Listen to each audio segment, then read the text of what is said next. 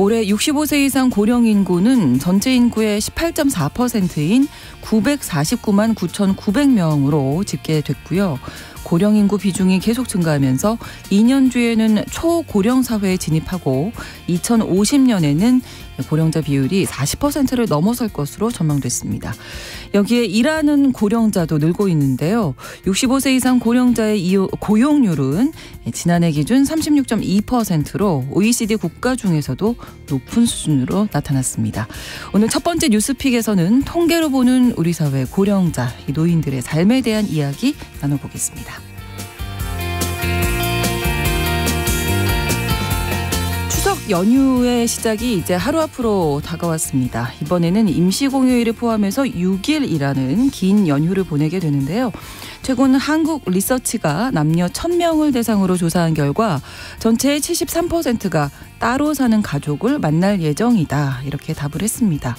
엔데믹 이후 첫 명절답게 이제는 많이들 오가게 될 텐데요. 그렇다면 MZ세대들이 명절을 보내는 모습은 어떨까요? 명절 선물도 온라인을 통한 비대면 선물 전송이 인기를 끌고 긴 연휴를 이용해서 아르바이트에 나서는 젊은이들도 있다고 합니다. 오늘 MZ데스크에서 추석 연휴를 보내는 풍경 함께 이야기 나누겠습니다. 9월 27일 수요일 뉴스 브런치 문을 열겠습니다.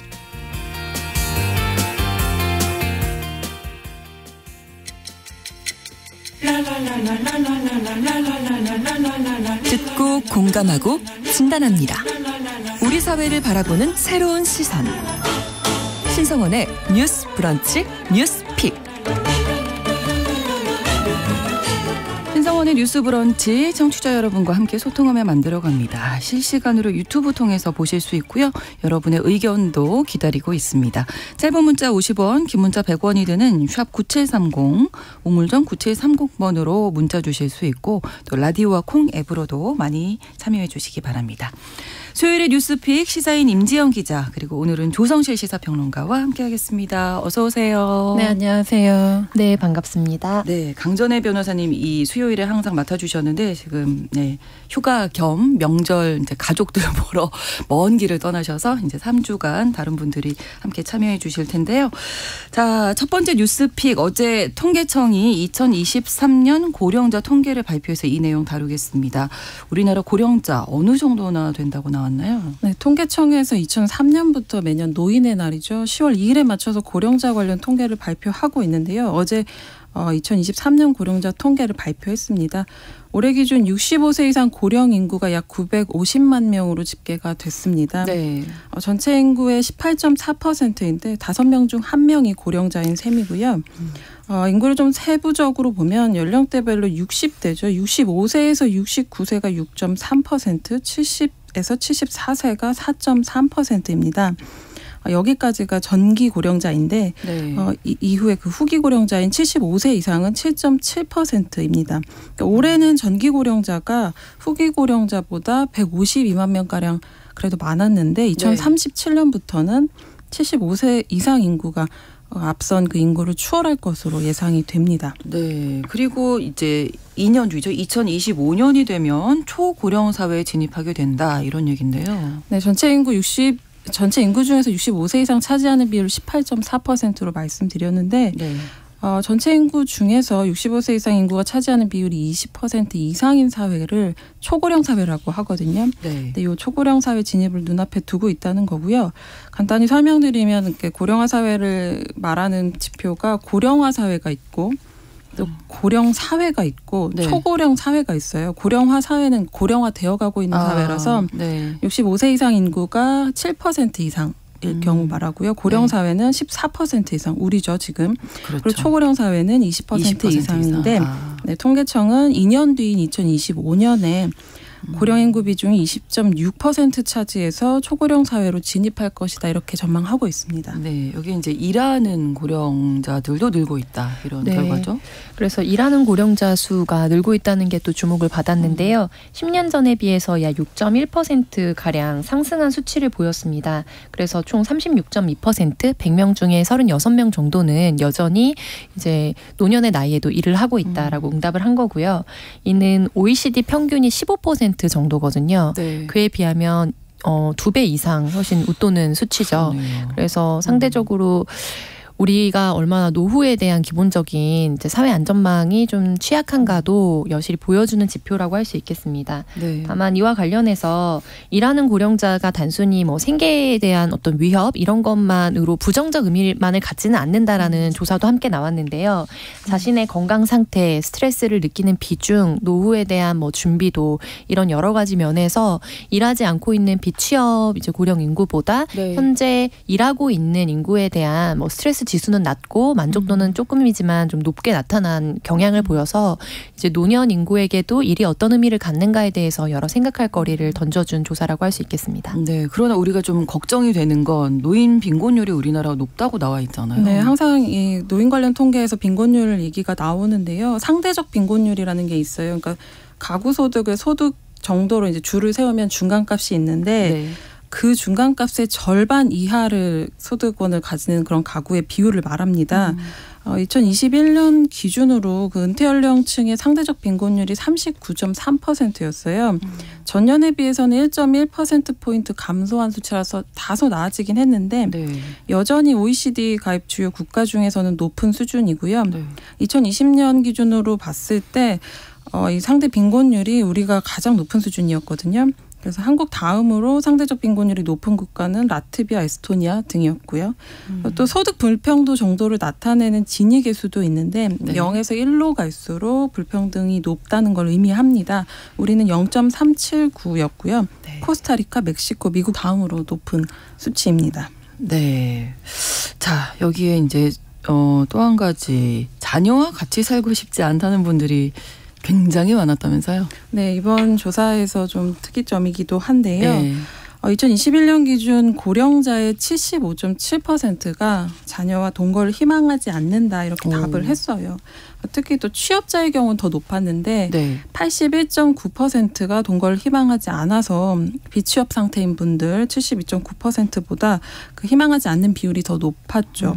그리고 실제로 자녀하고 동거하지 않는 65세 이상 고령자 비율은 72.8%였습니다. 네. 또 부모 부양과 관련해서도 고령자의 54.7% 절반 넘는 수준이 가족, 정부, 사회가 함께 책임져야 한다 이렇게 답을 했다고 해요. 인식의 변화를 보여주는 지표인 것 같습니다. 네, 어르신들의 생각이 좀 많이 변화했다 이런 생각이 드는데 통계 결과에 대해서 어떻게 보십니까? 조성실 평론가님.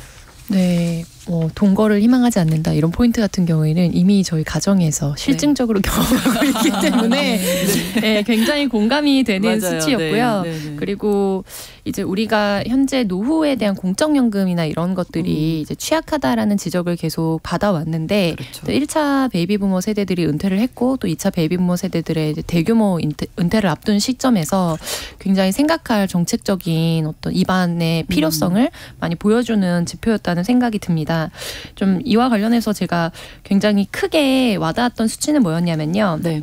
노년 부양비라는 수치가 있습니다. 생산 연령 인구 100명이라고 이제 허리축이라고 보면 되겠죠. 네. 100명 정도가 부양해야 되는 고령 인구의 비율을 나타내는 수치인데요. 아, 네. 올해는 이게 26.1명이었어요. 그러면 이거를 그냥 상징적인 수치로 이야기를 드리면 이제 부모 중에 한 분이 먼저 떠나시고 한 분이 남아 계실 때 자녀 4명이 그 한 분을 부양하는 형태라고 보면 될 것 네. 같습니다. 이거를 네. 국가적 수치로 그러니까 거칠게 넓혀보면요. 그런데 이게 2035년 12년 뒤입니다. 저희 아이가 2013년생이기 때문에 돈을 벌기 시작하기 전일지도 모르겠어요. 네, 20대 초반이니까요. 그렇죠, 그렇죠. 그런데 그때는 48.6명입니다. 그래서 확 늘어나네요. 2배 네, 넘게. 네, 그렇게 치면 자녀 2명이 생존에 계신 부모 2명을 부양해야 되는 형태가 되는 거죠. 거꾸로 자녀가 2명인데 생존에 계신 한부모를 이제 네, 부양해야 네. 되는 형태고요. 그런데 2050년 굉장히 가까운 미래죠. 그렇죠. 30년도 더 안 지나서거든요. 저도 그때 이제 은퇴하기 전일 것 같아요. 아니죠. 네. 왜냐면 그때 은퇴 연령이 늘어날 거기 때문에 한 70살까지 일을 한다고 치면요. 네, 봤을 때. 그렇게 네. 얘기합시다. 네네. 지금 은퇴 연령 관련된 얘기가 또 뒤에서 나올 텐데 네네. 그럼 그때는 78.6명이에요. 와, 맞아요. 이게 네, 이거 굉장히 이제 절망적인 수치입니다. 이렇게 보니까 너무 심각한데요. 거의 재난 영화에 가까운 수치고요. 네, 네. 그래서 이와 관련해서 지금 우리가 위험하다 하는데 이거는 거의 도미노급으로 사실 뭐 쓰나미급으로 이제 무너질 수밖에 없는 사회의 절체절명의 위기에 놓여 있다라는 점. 그래서 좀 너무 생각이 점프하는 것처럼 느껴지실 수도 있겠지만 저는 내년 총선 는 좀 어려울 것 같고요. 그 다음 총선 이후에는 존엄사에 대한 입법적 투쟁이 굉장히 국내에서 활발하게 이루어질 것이다. 이렇게 전망이 되거든요. 현재는 자산을 가진 분들이 여기에 대해서 같이 그거를 목격하고 증언해 줄 수 있는 사람에 대한 부대 비용을 다 감당하면서 네, 존엄사가 법적으로 허용되어 있는 유럽의 국가들로 가서 스스로 생을 마감하거든요. 그래서 한 언론사에서는 국내에서 그렇게 생을 마감했던 분들에 대한 심층 인터뷰를 보도로 실기도 했었고요. 그런데 지금 이런 수치상으로는 공적연금이나 자산이 준비되어 있지 않은 노후 세대가 어떻게 죽음을 맞이할 것인가, 인간답게 생을 끝낼 권리에 대해서 굉장히 커다란 사회적 이제 논의가 이루어질 것이다. 종교적 논의와 함께 이루어지면서 또 다른 이제 굉장히 큰 정치적 아젠다가 될 것으로 보입니다. 그렇습니다. 실질적으로 그런 고민들이 또 있을 것으로 보이고요. 이번 통계에서는 사실 약간 정리하면 고용률이 좀 높은 편이고 또 건강 상태도 스스로 좋고 생활비도 자신의 몫이라고 생각하는 경향들 이런 것들을 보면 사실 요즘의 노인들을 보고서 노인복지 대상으로서의 노년층이라기보다는 주체적인 생활자로 보는 시선들도 좀 많이 있거든요. 베이비부머 세대의 특성이 강조되는 것 같아요. 그러니까 교육 수준이나 건강 상태 또 경제적 여건 같은 것들이 이전 노인 세대하고 좀 다를 것으로 기대가 되는 층이기도 하고 이분들이 고도의 성장기를 겪으면서 어떤 굉장한 성취를 이룬 집단이기도 하잖아요. 그래서 부양의 대상이 아니라 자립의 주체로 또 생산의 주체로 보는 그런 시선들이 있다는 것에 대해서 이게 약간 전 세계적인 현상이기도 한데 영국의 이코노미스트가 2020년에 세계경제대전만 기획을 할 때 각국의 베이비부머를 욜드라고 부르기도 했거든요. 영올드라고 해요. 그러니까 말 그대로 젊은 노인인데 이게 모순된 표현이긴 하지만 어떤 현재 노인들의 특성을 보여주는 게 아닌가 싶기도 해요. 다만 주의할 것은 이제 베이비붐 세대가 하나의 단일한 덩어리가 아니잖아요. 아까 빈곤 얘기도 나왔듯이 세대 내 격차도 심하고 노인 일자리의 질이라는 게 더 뒤에 나오겠지만 문제가 있기도 하니까요. 또 자녀 세대가 본인 세대보다 나은 상황이 아니라서 어떤 부양을 기대하기도 어려운 현실 같은 것들이 있기 때문에 이런 것들을 좀 두루 봐야 될 것 같습니다. 7098번으로도 저희 가족도 3명인데 각자 떨어져 살고 있어요. 아이들 직장 문제 때문이기도 하지만 저도 같이 살고 싶지는 않습니다 하셨어요. 이제 겨우 이제 아이라고 하셔서 어린 줄 알았더니 30대 초반, 20대 후반이라고 하셨습니다. 그러니까 뭔가 내가 경제적 자리만 되면 굳이 다음 세대들한테 내가 기대고 싶지 않다 이런 마음들이 이제는 많으신 거잖아요. 그래서 이제 초고령 사회 이런 얘기도 해주셨고 노년 부양비 너무 충격적이어서 저는 2050년 되면 8명이 넘어가니까요. 뭔가 정책, 대책이 분명히 나와야 할 텐데 일단은 노인이나 어르신들을 어떻게 바라보는지의 인식이 정책에 들어가지 않겠습니까? 네, 그렇죠. 그렇기도 하고 또 현재 우리 국회에서 뭐 입법되고 있는 여러 논의들은 정년에 대한 논의가 좀 활발하게 이루어지고 있고 그 외의 논의들은 사실 굉장히 좀 피상적인 담론에 그친다고 평가할 수 있을 것 같아요. 근데 이제 앞서서 굉장히 중요한 부분을 기자님께서 지적해 주셨다고 생각하는데 이 고령자 가구의 순자산이 평균적으로 한 4억 5천만 원 정도로 잡혔거든요. 작년에 비해서 4,300만 원 정도 는 수치입니다. 근데 상식적으로 생각해 보시면 노년 인구의 자산이 늘었다는 거는 정말 뭐 노동에 대한 근로소득으로서 늘지는 않았을 것이고 자산에 대한 어떤 부가가치 그리고 거기에 대해서 뭐 이율이라든지 이런 것들로 인해서 증액이 됐을 거잖아요. 근데 이게 평균값이라는데 우리의 그 함정이 있는 거죠. 그럼 그만큼 위에 계급이라고 분류될 수 있는 사실상의 그래서 그런 계층과 그렇지 않은 생활 빈곤 계층 간의 이 격차가 얼마나 하늘과 땅처럼 멀 것인가.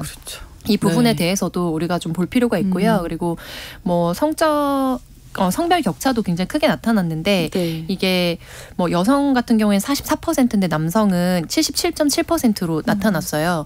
그래서 이제 진행자께서 질문하신 인식에 대해서 보자면 이게 하나의 어떤 집단 그리고 대표되는 수치로 봐서는 안 되고 네, 이 사람들을 각각의 개별성과 그리고 각각이 살아온 서사가 다른 시점에 있는 대상자로 봐야 되기 때문에 그럼에도 불구하고 이 전체적인 뭐 표지가 자립의 주체로서의 어떤 상징성을 나타낸다 하더라도 사회복지 영역이 어떻게 공적연금이나 노년 부양에 대한 시스템을 가져갈 것인가 이것들을 설계를 해야 되겠죠. 근데 그것을 추동하는 것은 결국에 그 노인을 대하는 국민들의 인식이거든요. 그렇죠. 네, 그래서 그런 부분에서 노인을 바라보는 인식이 굉장히 중요한 함의를 갖는다고 볼 수 있겠습니다. 왜 이 말씀 드렸냐 하면 최근에 유명 카페에 노인이 오래 앉아 있어서 불편함을 느낀 점주가 젊은 고객님들이 이쪽으로 안 오십니다. 이렇게 쪽지를 건넨 일이 알려져서 좀 논란이 됐잖아요. 네, 서울 서초구 프랜차이즈 카페인데요. 네. 직원이 커피 한 잔 시키고서 매장에 오래 머문 고객에게 쪽지를 건넸는데 그 내용을 고객의 자녀가 공개를 했어요. 봤더니 고객님 매장 이용 시간이 너무 깁니다. 젊으신 고객님들은 아예 이쪽으로 안 오고 있어요. 이렇게 적혀 있었다고 하거든요. 아버지께 그 자녀가 이유를 물어보니까 커피 한 잔을 사시고 너무 오래 있었다 이렇게 대답을 하셨대요. 저 상황에 있어서 그 자녀 입장에서 아버지 문제는 재주문을 하지 않은 것 혹은 너무 오래 있는 것일 텐데 갑자기 나이 관련 지적이 왜 있는 건지 의문이 든다. 이렇게 어디 글을 올려가지고요. 프랜차이즈 본사가 관리 소홀의 책임을 통감한다면서 고객에게 사과를 했어요. 근데 아까 그 통계에서도 나오는데 2022년 기준 성인 중에서 10.4%가 인권 침해나 차별을 가장 많이 받는 집단으로 장애인 다음으로 노인을 꼽았거든요. 네. 노인 차별에 대한 어떤 인식이 있는 것 같고요. 저도 사실 비슷한 경험이 있는데 저희 할머니가 지금 100세가 넘으셨는데 네. 90살 좀 넘으셨을 때 미용실에 모시고 갔었거든요. 그런데 그 미용실 주인이 딱 할머니를 보시고 이제 백발 성형한 분 보시고 안 한다고 이렇게 내쫓으셨어요. 그래서 약간 그때 당시에 너무 제가 진짜 민망하더라고요. 왜냐하면 그쵸. 그때 노키즈존도 되게 많이 생길 때여가지고 사실 약간 그런 당황스러움이 있었는데 아이들은 노키즈라는 뭐 영어나 이런 것들을 알 수 있는 길은 없어서 여기가 나를 거부하는구나 이걸 직접적으로 체감하기는 어려운데 노인분은 성인이잖아요. 그렇죠. 그래서 그 어떤 표정이 잘 잊혀지지 않더라고요. 저도 이렇게 설명할 말이 없고. 네. 노 시니어 존 뭐 이렇게 생기는 건가요? 그 이후로도 계속해서 그런 어떤 특정 연령층의 출입 금지 구역이 늘어나고 있는 것 같습니다. 인권위에서는 이와 관련해서 시정 조치를 내리기도 하고 또 여러 차례 이것이 인권 침해에 해당한다라는 발표를 했거든요. 근데 저는 지금 말씀하신 거 보면서 좀 그 백상예술대상 수상했던 드라마 눈이 부시게라는 드라마가 떠오르는데요. 거기에서 이제 김혜자 배우가 한지민 배우랑 이렇게 치매에 걸린 환자로서 사실 타임슬립 개념인 줄 알았는데 알고 보니까 치매 환자의 기억이었던 플롯을 가지고 있어요. 스포를 그렇게 하셨는데 괜찮아요. 많이들 보셨을 거예요. 네, 굉장히 시청률이 높은 드라마. 죄송합니다. 네, 그럼 안 되나요? 어떻게? 네, 너무 놀라셔서 제가. 네. 그런데 거기에서 굉장히 유명한 짤이라고 하죠. 인터넷에 돌아다니는 짧은 영상이 있습니다. 그러니까 성형외과에 이제 노년 배우 2명이 이제 방문을 했는데 노인이 방문했는데 젊은이들이 나이가 들어서 뭐하러 성형을 하러 오냐라는 약간 수군거림에 김혜자 배우가 굉장히 강경하게 대응을 하는 그 장면이 굉장히 핵사이다라는 댓글과 함께 이게 신조어로서 그래서 굉장히 이제 공감을 좀 불러일으키는데요. 그게 좀 씁쓸한 것은 공감을 한다는 거는 그런 현실을 우리가 때때로 마주한다는 거기 때문이죠. 현실에 전혀 없는 상황이라면 사실 공감하기 어려울 텐데요. 네, 그런 부분들에 대해서도 좀 생각해 보게 됩니다. 네, 그러다 보니까 해외에서 열차 타는 게 낙이라는 우리나라 노인들에 대해서 또 이 기사가 나왔다면서요. 네, 뉴욕타임스의 그런 지면에 이런 제목이 실렸어요. 제목의 기사가 나이든 지하철 탑승자들이 여행에서 기쁨을 찾는다. 한국 노인들에 대한 이야기고요. 한국의 노인들이 65세 이상에게 주는 지하철 무료 승차 혜택을 이용해서 열차 나들이를 늙음하게 낙으로 삼고 있다. 뭐 이런 내용입니다. 여러 승객들을 인터뷰하고 보여주면서 지하철을 타고 종착역까지 가거나 특별한 목적지 없이 이렇게 다니다 돌아오고 이런데 하루를 보내는 일상에 대해서 소개를 하고 있었습니다. 그리고 노인 인구 증가로 서울에서 지하철 무료 승차 대상이 연간 승차 인원의 15% 차지하고 있거든요. 그래서 무료 승차 연령을 올리거나 폐지해야 한다는 여론에 대해서도 소개를 하고 있는 그런 기사였습니다. 네. 초고령 사회로 이제 진입을 앞두고 있어서 뭐 경제 활동, 노인 일자리 이런 얘기도 많이 하게 되는데 아까 이제 잠깐 나왔었던 정년 연장을 이제 얘기를 안 할 수가 없죠. 한국노총이 65세 정년 연장에 대해서 국민 동의 청원을 냈는데 최근에 5만 명이 달성돼서 이렇게 되면 이제 국회에서 논의를 하게 되는 거죠. 네. 네, 국민 동의 청원이 5만 명 달성이 돼서 네. 이것이 국회에서 안건으로 올라갈지에 대해서 귀추가 주목되고 있는 상황인데요. 네. 이와 관련해서는 이제 국민 동의 청원이라는 플랫폼을 통해서 일정 수 이상을 달성을 하게 되면 기존에는 국회에서 법안을 발의할 때 10명 이상의 공동 발의자를 찾고 또 이와 관련돼서 회부된 법안이 상임위로 가게 되는 절차를 거치거든요. 예. 근데 그거를 이제 패스트 트랙처럼 간소하게 해주는 겁니다. 근데 다만 이렇게 상임위에 회부가 된다고 하더라도 상임위에 올라가 있는 걸 회부라고 말하고요.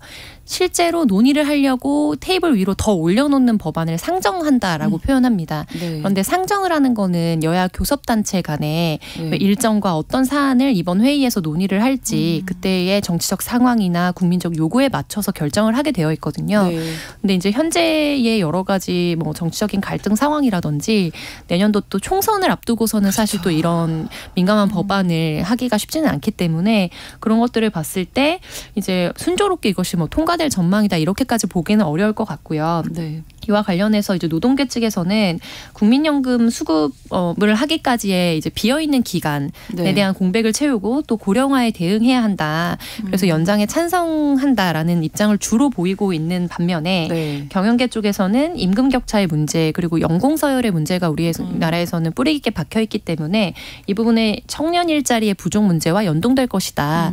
이런 등등의 문제로 연장에 강력하게 좀 반대하고 있는 추세입니다. 네. 그래서 이것이 청년 일자리와 그다음에 그 정년 연장의 문제가 실증적으로 연결되어 있는가에 대해서는 좀 연구 자료가 충분하지 않다라고 보고는 있거든요. 다만 영향이 없지는 않다라는 연구들이 좀 나오고 있는 추세여서 네. 이것이 현재 또 정치권의 뜨거운 화두인 세대 간 갈등으로 비화되는 것은 아니냐라는 그러니까요. 우려 섞인 시선도 있는 상황입니다. 두 분은 어떻게 보세요? 현실적으로 보면은 이제 한국이 사실은 이 정년 연장해야 된다는 입장에서 가장 큰 논리가 퇴직 시기하고 연금 수령 시기 사이의 공백이 너무 길어서 그걸 맞춰야 된다는 그런 건데 한국이 OECD 국가 중에서 연금 개시 연령하고 법정 정년이 맞지 않는 유일한 나라다 이런 얘기도 있고요. 네. 그런데 현실적으로 사실 한국이 정년과 실제 퇴직 연령 사이가 좀 크게 괴리되어 있는 건 사실이거든요. 정년을 마칠 수 있는 사람들이 사실은 얼마 안 되는 거죠. 퇴직할 때 평균 연령이 지금 49.4세거든요. 지금 60세로 돼 있는데 그것하고도 좀 거리가 길잖아요. 그렇죠. 그런 현실적인 문제가 있고 또 주된 일자리에서 50세가 채 되기 전에 밀려나는데 그 후에 새로 가지게 되는 어떤 일자리는 사실은 저임금이나 불안정 일자리 또 영세 자영업에 종사하기 쉬운 구조이고 네. 그러면서도 어떤 나라 노인보다 더 오래 노동시장에 머물러 있는 구조라는 게 좀 한계가 있는 것 같긴 해요. 그래서 정년 연장에 반대하는 입장에서는 이 혜택을 누가 보느냐 했을 때 공공부문, 뭐 대기업 또 조직된 노조가 있는 기업 정도에서만 지켜질 거라고 주장하는 데에는 그런 배경이 좀 있는 것 같아요. 그래서 네. 이중구조나 기업 간 격차 문제를 먼저 해소하는 게 정년 연장보다 앞서야 된다는 그런 시각도 있는 것으로 알고 있습니다. 좀 뜨거운 이슈가 되겠어요 한동안. 네, 쉽지 않은 이슈인 것 같아요. 네. 예. 그리고 이제 우리가 공적연금이나 공공기금에 대한 개혁이 한꺼번에 다 이루어질 수는 없겠습니다만 네. 여러 가지 적립금, 기금, 현재 마련되어 있는 기금과 또 앞으로 그것을 받을 대상이 대폭 늘어나는 현상이나 이런 것들을 봤을 때 네. 불가피하게 결국에는 고양이 목에 방울을 누군가는 달아야 되는 상황이긴 하거든요. 네. 그래서 이것이 이제 뜨거운 쟁점이 될 것이라는 것은 너무 자명한 상황입니다. 네. 알겠습니다. 뉴스브런치 1부 여기에서 마치고 2부에서 뉴스픽 계속 이어가겠습니다. 11시 30분부터 일부 지역에서는 해당 지역 방송 보내드립니다.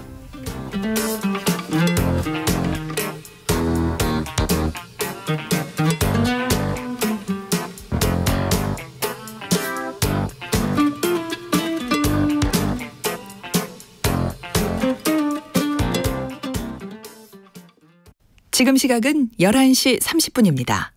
KBS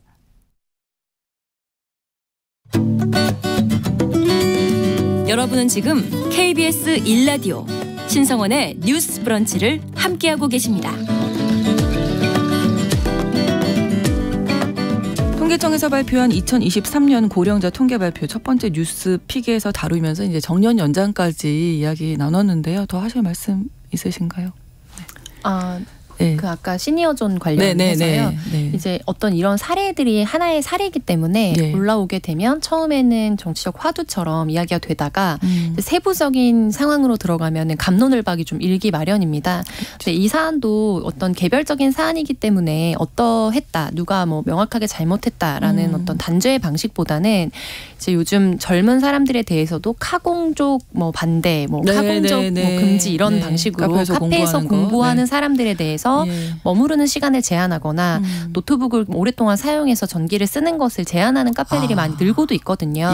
그래서 만약에 이게 오래 머무르는 것에 관한 문제였다면 사실 여기는 제한 시간이 얼마 정도 된다, 아니면 평균적으로 이제 이 정도 계셔야 회전율이 유지가 되기 때문에 협조를 부탁드린다라는 방식의 사실 제한을 했더라면 그렇죠. 문제가 되지 않았을 텐데 젊은 사람들이 안 옵니다. 이러니까. 네, 결국에는 사실 노인분이 오래 머무르기 때문에 이제 젊은이들이 그것에 대해서 일정 부분 혐오하고 있다. 혐오라는 게 어떤 미워하는 감정만을 말하는 건 아니거든요. 그렇죠. 학술적으로. 네네. 그래서 그런 정서를 강하게 비췄다는 것 자체가 노인 혐오의 문제로 좀 비화될 수밖에 없는 이제 배경을 가진 사안이었다라고 보입니다. 네, 그래서 뭐 노키즈존도 네네. 뭐 같은 맥락인 거죠. 네네. 얘기하다 보니까 콩으로 그래서 이제 카페 그 사장님의 대처가 좀 아쉽다 이런 의견도 보내주셨는데요. 8805번으로는 너는 늙어봤냐 나는 젊어봤다 이 노래가 그런 노래가 있나요? 그런가 봐요. 정말 와닿네요. 나신다고 참 안타깝고 좀 씁쓸한 것 같습니다. 여기서 마무리를 하고요. 두 번째 뉴스픽 내년도 예산안에서 예산 삭감 뭐 이 이야기는 저희가 많은 뭐 사업들이 이제 폐지되거나 줄어든다 이런 말씀 드렸었는데 고용평등 상담실도 그중에 하나라고 하네요. 그래서 해당 단체들이 지금 크게 반발하고 있다고 합니다. 일단 고용평등 상담실이 어떤 역할을 하는 건지 좀 알려주시죠. 네. 고용평등 상담실은 이제 24년 정도 지속되어 온 민간 상담실이거든요. 네. 근데 최초에 이제 도입이 됐을 때는 정부 차원의 상담실과 민간 상담실이 함께 운영이 됐습니다. 그런데 2004년 무렵 정도에 전체 상담실을 민간으로 돌려서 고용상의 성평등의 문제를 관련된 사안에 이제 피해자가 됐거나 성희롱의 피해자가 됐거나 이런 사안들에 대해서 상담을 하고 법적인 대응이나 정부와 관련된 대처에 있어서 동반자로서 역할을 해주는 민간 상담소였고 전문성을 좀 익히 인정받아온 곳이거든요. 그렇군요. 그래서 전국의 한 19개 지역에서 지금 운영이 되고 있는데 이와 관련된 예산이 좀 대폭 50% 이상 삭감이 된 상황이어서 100여 개의 여성단체들과 이 사안에 대해서 같이 반대하는 단체들이 모여서 기자회견을 했고 이것이 좀 뉴스가 된 상황입니다. 네, 그러니까 여성 노동자들의 최후의 보루다. 네. 그래서 25일에 시위를 했었는데요. 그러니까 한 반 정도 삭감이 되는 거네요. 네, 예산이 12억 1,500만 원 예산이었는데 내년에 5억 5,100만 원으로 54.7% 삭감이 되는 겁니다. 대신에 상담실이 제공하던 상담이나 권리구제 서비스가 있잖아요. 그걸 노동부가 8개 지청에서 한 명씩 고용해서 운영하겠다고 밝혔는데요. 뒤에도 나오겠지만 전문성이나 실효성 면에서 좀 우려가 나오고 있고요.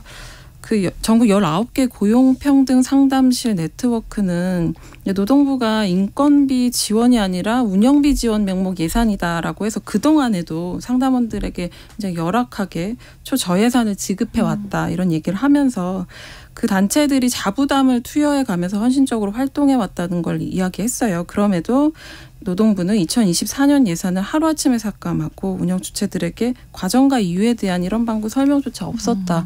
이렇게 비판하고 있습니다. 이 상담실이라는 게 직장 내 성희롱, 성차별 피해본 여성 노동자들이 아무래도 많이 가는 데인데 전문성이 정말 중요하겠는데요. 네, 그렇죠. 이제 작년에 도움을 받았던 평균 횟수 아니면 최근에 평균 횟수만 찾아봐도 7,650건 정도로 추계가 되거든요. 그래서 굉장히 많은 많은 이제 사례들을 다뤘고 네. 이와 관련해서 이제 고용 관련된 법안 등에 이제 여러 가지 조항들을 개선하는 운동을 진행해서 성과를 보이는 등 전문성을 계속해서 누적해온 곳입니다. 그렇죠. 24년이니까요. 네, 그렇죠. 근데 이거를 그냥 산술적으로 생각해 보시면 작년 예산이 12억 원이었거든요. 네. 근데 19개 지역에서 운영을 했어요. 저도 얼핏 12억이 그렇게 정말 많지 국가 예산에서는 정말 작은 예산입니다. 네. 근데 이걸 19개에서 나눴으면 산술 평균으로 그냥 뭐 나눈다 이렇게 생각을 하시면은 한 곳에 한 7, 8천만 원 그렇죠. 정도 연간에요. 네네네. 네, 그러면은 상담사는 최저임금을 지금 받고 일을 하고 있었고 그 외에는 사실 자부담으로 좀 해온 단체거든요. 근데 주로 하는 역할이 이제 기업이나 혹은 자기가 속해 있는 어떤 뭐 기관으로부터 부당한 처우 혹은 성피해를 성 관련된 이제 피해들을 당했을 때 차별과 이제 폭력이나 이런 피해에 대한 당사자들이 의지할 심리적 지지 공간이 되어주는 거거든요.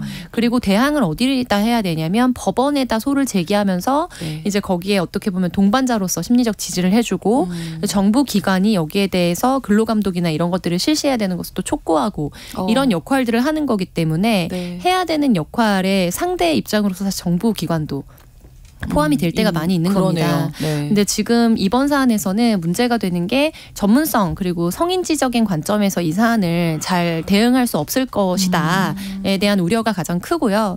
그리고 또 부차적이라고 하기에는 좀 큰 문제긴 한데 저희가 이제 임금 체불 관련된 사안을 어제 다뤘잖아요. 그리고 외국인 관련된 사안들도 맞아요. 다뤘고요. 근데 지금 이거를 다 고용노동부 산하에 있는 지청에서 감당을 하겠다면서 예산을 대폭 삭감하고 있는 추세거든요. 할 수 있을까요? 예, 저희가 그렇죠. 다룬 것만 해도 지금 여러 건이거든요. 그런 측면에서 봤을 때 기존의 근로감독관이나 고용노동부의 실무 인력이 부족하다라는 지적을 계속 받아왔던 상황에서 이런 부분들을 다 합쳐서 굉장히 거대 부처로서 이 고용노동부 역할을 하겠다는 건데 과연 그 부분을 실효적으로 감당할 수 있을까에 대한 우려가 큰 상황입니다. 그럼 도움 많이 받았던 분들의 이야기도 나왔다면서요. 네. 그리고 이제 성범죄 관련 통계가 뭐 줄어들고 있다거나 이런 근거가 있으면 또 모르겠지만 그렇죠. 저희가 사실 뭐 그 전주환 스토킹 살인 사건 일주기도 다뤘었고 또 직장 내 성범죄 계속해서 다루고 있잖아요. 그런 괴롭힘이나 뭐 문제들은 계속해서 늘어나고 있는데 여전히 많고 해결되지 않는데 이런 결정을 내렸다는 것이 예산은 조정할 수 있긴 하지만 그 근거라는 게 참 납득하기 어려운 점이 있는 것 같고 어제 자리에는 그 직장 내 괴롭힘이나 성희롱을 겪으신 분들이 직접 증언을 했는데 한 분 이야기 들어보면 성희롱 피해를 입었고 직장에서 그리고 고용노동부에 진정을 제기했지만 사건이 해결되지 못하고 종결될 위기에 처했다고 해요. 그래서 안산 여성노동자회 고용평등 상담실을 찾았는데 그분에 의하면 상담 선생님께서 많은 자료 또 의문점 되는 부분을 찾고 고용노동부와 안산지청이 이의를 제기하고 사건의 잘못된 점 또 법 위반한 점을 알아봐 주셨다. 그래서 다시 재조사가 됐다고 해요. 그래서 증언들도 다 사실로 인정이 됐고 그제서야 회사가 잘못했다는 점을 인정하고 문제를 바로잡으려고 했고 가해자가 피해자들과 분리돼서 현재 다른 곳에서 발령이 나서 일하는 상태라고 해요. 만약에 고용평등 상담실이 없었다면 억울하고 답답한 채로 권리도 구제받지 못한 상태로 고통받을 수밖에 없었다.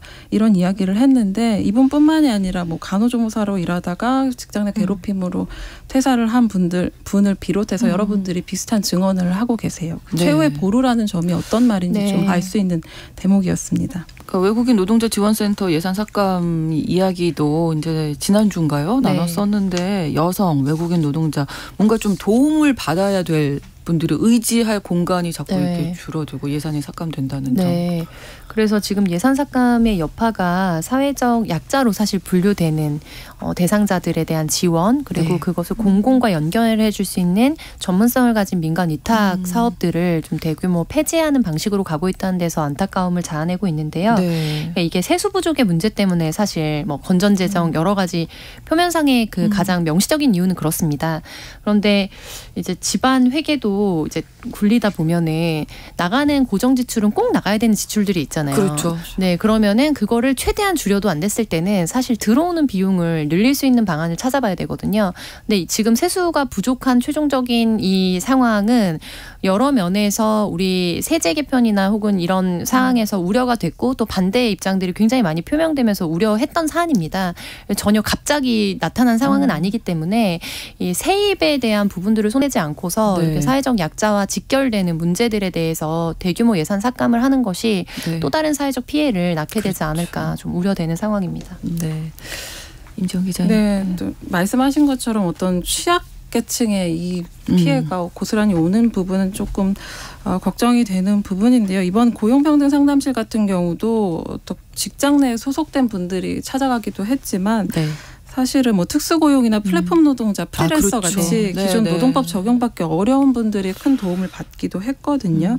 근데 뭐 그간의 성과 역할에 대한 어떤 면밀한 검토보다 일단 예산 부족하니까 약한 고리부터 네. 특히 또 국회에서도 특별히 관심이 없는 부분부터 이렇게 자르기 하는 식의 그런 부분이 보이는 것 같고요. 그리고 관계자 말 맞다나 이렇게 전문성이 필요한 영역인데 이렇게까지 하찮게 볼 일인가 이런 생각이 들기도 해요. 그 외국인 노동자 지원센터도 말씀하셨지만 이게 회사에서 겪은 일을 모국어로 소통할 수 있는 체계를 갖춘 곳이 사실 많지 맞아요. 않고 그러니까 오랜 기간 다양한 기관하고 이렇게 협력하면서 쌓은 업무 경험이나 네트워크 같은 것들을 굉장히 하찮게 보는 것 같아서 그런 부분에 대해서 이분들이 일해온 어떤 역사나 이런 것들을 부정당하는 느낌이 들건 그렇죠. 것 같습니다.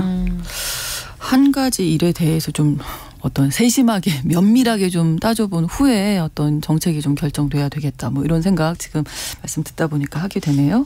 수요일에 뉴스픽 여기서 마무리하겠습니다. 시사인 임지영 기자, 조성실 시사평론가 두 분과 인사 나누겠습니다. 고맙습니다. 네, 고맙습니다. 수고하셨습니다. 신성원의 뉴스 브런치는 여러분과 함께합니다. 짧은 문자 50원, 긴 문자 100원이들은 샵 9730. 무료인 콩앱과 일라디오 유튜브를 통해 참여해주세요.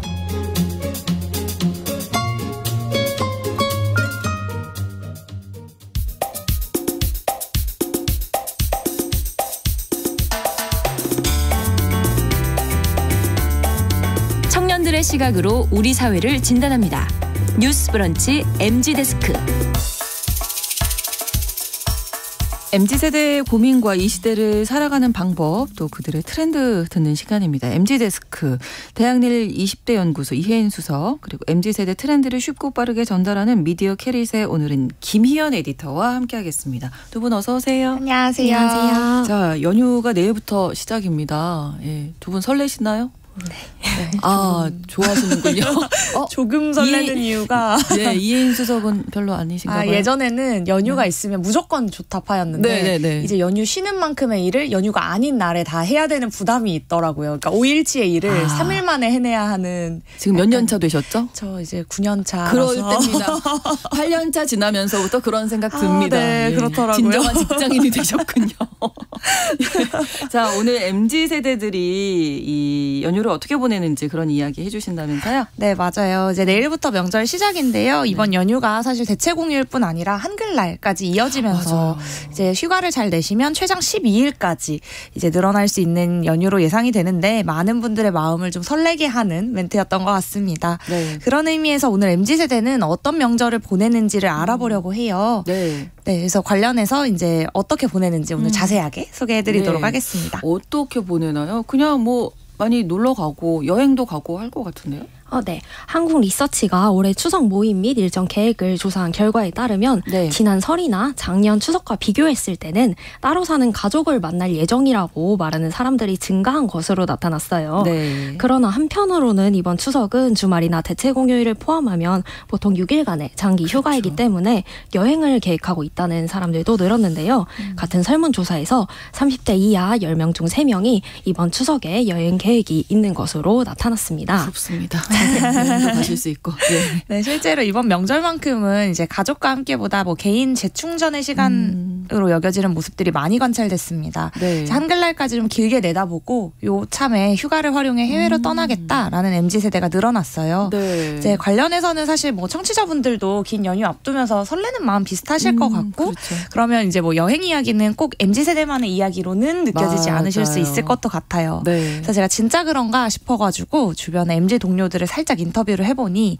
명절 전주쯤에 이제 부모님을 미리 뵙고 지난주에 이미 뵙고 진짜 연휴 기간에는 이제 해외여행을 가겠다라고 계획한 경우가 정말 많았습니다. 그렇군요. 그래서 이를 방증하듯 지난 토요일부터 인천공항 하루 이용객이 총 16만 5천 명으로 작년에 비해서 2.7배나 급증했다는 기사도 있었고요. 네. 한국공항공사에서 이제 올 연휴 어떻게 될지 발표한 데이터에 따르면 이번 10월 3일까지 예정된 공항편 그다음에 이용객 예측 결과를 발표하셨는데 국제 이용객은 코로나19 이전인 2019년 대비 92% 수준까지 회복될 것으로 전망하기도 했습니다. 네, 아무튼 이동이 많을 것 같아요 이번에는. 네. 요즘은 또 10대, 20대 자녀들이 패밀리 리더의 역할을 하면서 가족 행사를 주도하는 경우가 되게 많은데요. 네. 이런 트렌드가 반영된 명절 풍경도 생겨나고 있습니다.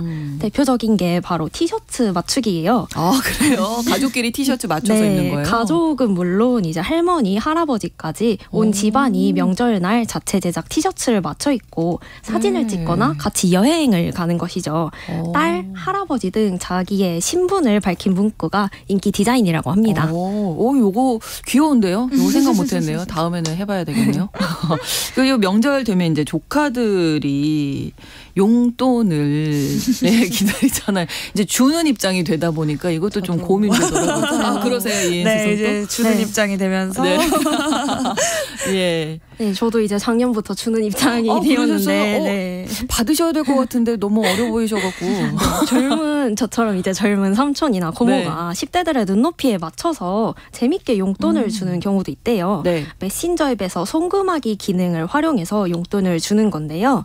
행운이 가득하라는 의미에서 77,700원. 생일 날짜에 맞춰서 12만 3천 원 등 금액을 통해 센스를 발휘한다는 겁니다. 그리고 용돈 하니까 또 이제 소개드리고 싶은 풍경이 한 가지 더 있었는데요. 여행과는 좀 반대로 귀성 대신 단기 알바 등을 계획한 경우도 있었습니다. 한마디로 돈을 벌기 위해 고향에 가지 않겠다고 응답하는 거죠. 이제 고물가로 힘든 생활에 조금이라도 보탬이 되고자 뭐 대형마트 아르바이트나 이런 공항 같은 데서 단기 일자리를 찾아 나선 거예요. 명절에만 딱 일할 수 있는 단기 알바도 많고 또 이런 때는 이제 연휴에 일하는 거니까 시급이 좀 쏠쏠하니까 아무래도 그렇겠죠. 이 대목을 노려보겠다는 겁니다. 뭐 단순히 고물가 시대이니 뭐 생활의 어려움을 타개하기 위해서 이런 아르바이트를 하겠다라고 결심한 건 아니고요. 이제 명절이 아니더라도 가족은 언제든 좀 볼 수 있다라는 인식이 좀 한몫한 결과로 생각해 주셔도 좋을 것 같아요. 네, 여행도 나고 아르바이트도 하고 가족들도 챙기고 여러 가지로 정말 패밀리 리더다운 모습들인데 또 어떤 모습들이 있을까요? 좀 것들? 사실 코로나19 얘기를 저희가 매번 드리는 것 같아요. 일상의 많은 면면들을 바꿨는데 명절 풍경 달라지게 하는데도 기여했습니다. 바로 이 명절 선물 모바일과 비대면으로 주고받는 풍경이 등장한 것인데요. 한 커머스 플랫폼은 이 코로나19로 모바일 선물하기 기능 이용자가 5.5배 급증했다라는 소식을 발표하기도 해서 화제가 됐어요. 그래서 이 트렌드가 이제 엔데믹 이후 명절에도 계속해서 영향을 주고 있는 중이라고 보시면 됩니다. 그래서 실제로 조사도 해봤어요. 미디어 캐릿에서 만 20세에서 34세를 대상으로 명절 선물 선호도와 관련한 온라인 설문조사를 진행했는데요. 놀랍게도 10명 중 7명이 온라인으로 선물을 받는 것을 더 선호한다고 답했습니다. 그래요? 요즘은 커피 쿠폰뿐만이 아니라 건강식품, 가전, 전통주, 그리고 심지어 핫플레이스 입장권까지 다양한 제품이나 서비스를 온라인 쿠폰으로 구입할 수가 있는데요. 코로나19 기간 생일이나 기념일에 이런 쿠폰을 활용해서 비대면으로 축하를 주고받는 문화가 자리 잡은 겁니다. 그래서 명절 선물도 온라인으로 받을 수 있으면 좋겠다 하는 여론이 젊은 세대 사이에서 형성된 것이죠. 직접 받는 걸 더 좋아하는 줄 알았더니 이제 습관이 됐군요. 온라인으로 선물 맞아요. 받는 게 더 좋다. 더 편리하다. 네. 네, 온라인으로 선물을 받고 싶다고 네. 대답하신 분들에게 그 이유를 물어봤는데 네. 이런 의견들이 많았어요. 먼저 선물을 들고 가기가 훨씬 편하다는 겁니다. 명절날쯤에는 대중교통에 또 인파가 많이 많죠. 몰리기 때문에 네. 부피가 큰 선물 박스를 운반하기가 힘들다는 거예요. 또 이걸 일단 자취방으로 가져갔다가 다시 본가로 들고 이동해야 하는 경우도 네. 생기고요. 물리적인 어려움. 그렇죠. 네. 그러니까 아예 온라인 쿠폰 배송지를 본가 주소로 입력해서 받을 수 있다면 더 네. 좋겠다는 겁니다. 또 다른 이유도 있었는데요. 네. 바로 온라인 쿠폰으로 받을 수 있는 선물이 직접 받는 선물보다 종류가 더 다양하다는 겁니다. 같은 가격대라도 실물 선물은 식재료 또 생활용품 같은 걸로 한정되는 네. 경우가 많은데요. 온라인으로는 앞서 말씀드렸듯이 체험권이나 가전제품 등 훨씬 폭넓은 선택지가 생긴다는 것이죠.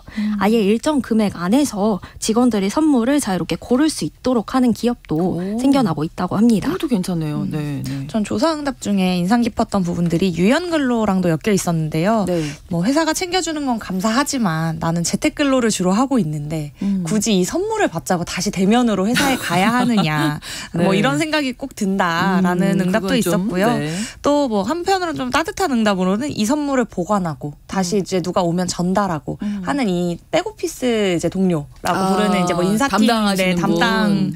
동료가 너무 고생인 것 같다. 그러니까 그 사람은 다른 사람 챙기려고 나오고 준비하고 너무 번거롭지 않냐라는 네네. 이야기도 있었습니다. 배려가 넘치네요. 네. 네, 한편으로는 또 모바일 메신저에서 생일 같은 기념일이나 사실 감사의 표시로 선물하고 뭐 주고받는 기능 많이들 이용하잖아요. 맞아요. 네. 그래서 이제 명절 선물도 모바일로 주고받는 게 더 트렌디하다.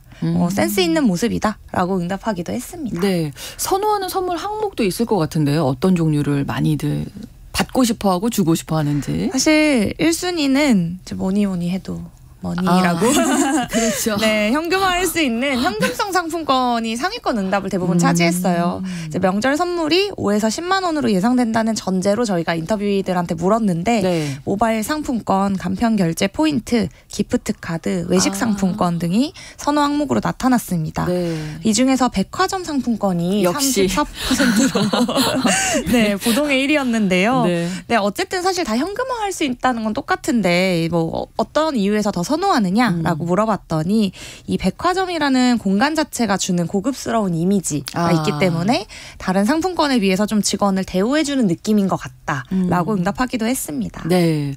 그럼 실물로 볼 수 있는 이 선물 중에는 뭐 선호하는 선물 어떤 게 있을까요? 요즘 가실비라고 하죠. 가실비? 네. 가격 대비 실사용 만족도가 높은 전자제품에 관한 관심이 커지고 있는 추세입니다. 네. 주로 갓생이나 자기 관리를 도와주는 제품인데요.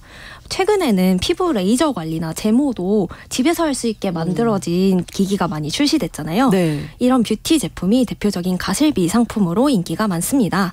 가전업계에 따르면 지난해 명절 선물로 뷰티케어 기기 판매량이 그 이전 명절 대비 4배가량 급증하기도 했다고 해요. 네. 또 재미있는 점은 건강을 챙길 수 있는 제품에 대한 젊은 세대의 선호도 역시 높아졌다는 건데요.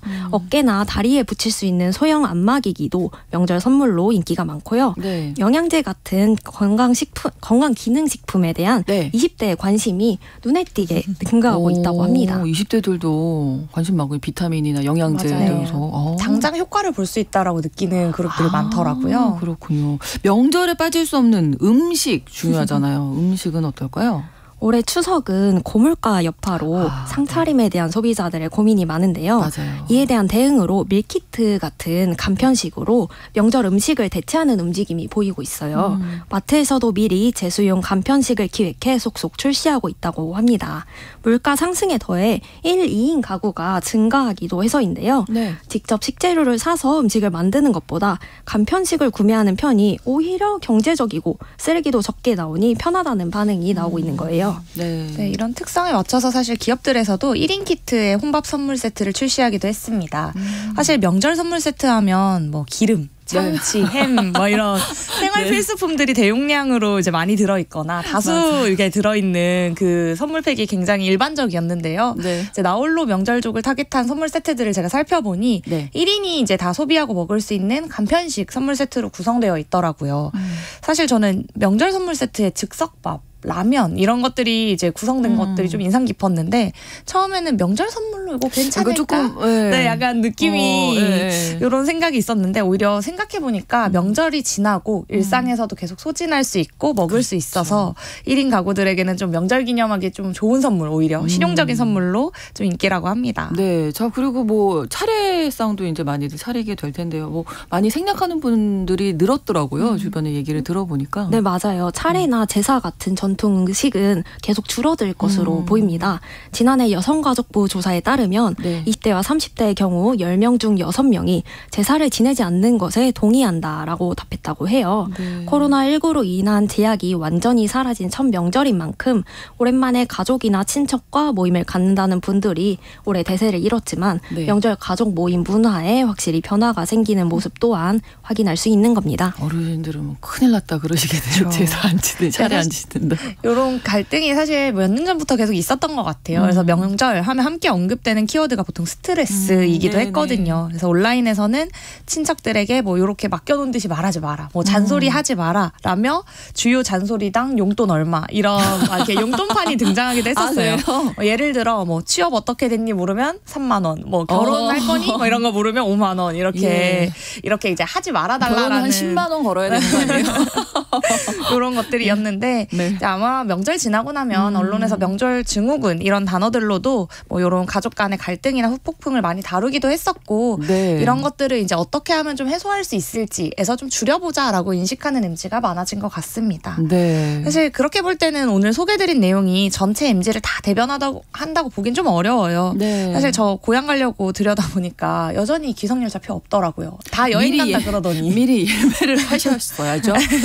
6시에 들어갔는데도 이게 안 되는군요. 앞명절은 좀 짧으니까 기가 길어진 거니까 당일 전에는 또 박 터지더라고요. 그래서 사실 어떤 면에서는 그렇게 봤을 때 전통적인 명절을 보내는 MZ도 아무래도 많구나라는 걸 좀 느꼈고 그럼에도 이제 사회가 좀 더 각자가 즐겁게 보내는 다양한 방법 같은 것들을 좀 강하게 이야기하는 형태로 좀 진화한 것은 분명해 보입니다. 두 분도 어떻게 뭐 가족들과 함께 하시는 거죠? 김희연 에디터도? 네, 저는 강아지 조카랑 만날 예정인데요. 강아지 조카? 네, 사촌 동생이 키우고 있는 강아지 덕이가 함께 큰 집에 오기로 해서 강아지 조카라고 표현하는 거예요. 알겠습니다. 벌써부터 강아지 카페에 데려가지고 또 선물도 줄 생각에 기대가 됩니다.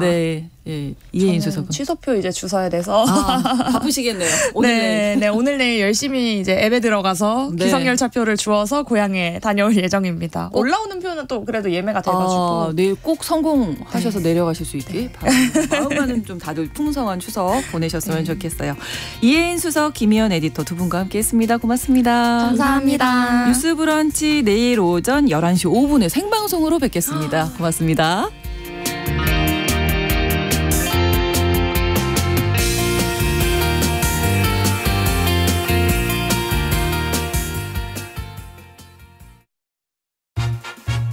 오늘 가장 중요한 뉴스를 빠르고 정확하게 알려주는 곳이 있다. 시사 맛집 KBS 1라디오의 특급 메뉴판. 시사의 민족 주문. 아침 9시 5분 성공 예감 2대5입니다와 함께하는 기분 좋은 경제 홈런 한방. 여성의 관점, 여성의 목소리로 세상을 읽고 사회를 말한다. 평일 오전 11시 5분 신성원의 뉴스 브런치. 구수하게 우린 시사 토크에 유머 한 큰술을 얹었다. 점심시간은 내가 접수한다. 평일 오후 12시 20분 배종찬의